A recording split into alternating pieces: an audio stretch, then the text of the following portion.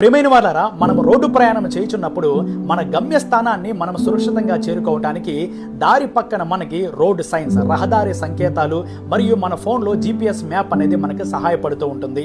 వాటిని మనము ఎగ్జాక్ట్గా ఫాలో అయితే మనము చేరుకోవాల్సిన గమ్యానికి క్షేమంగా సురక్షితంగా మనము చేరుకోగలము.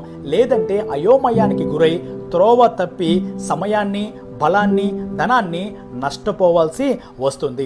అదేవిధంగా దేవుని పోలిక, దేవుని స్వరూపమందు చేయబడిన మనము ఈ భూమి మీద యాత్రికులము, ప్రయాణికులమై ఉన్నాము.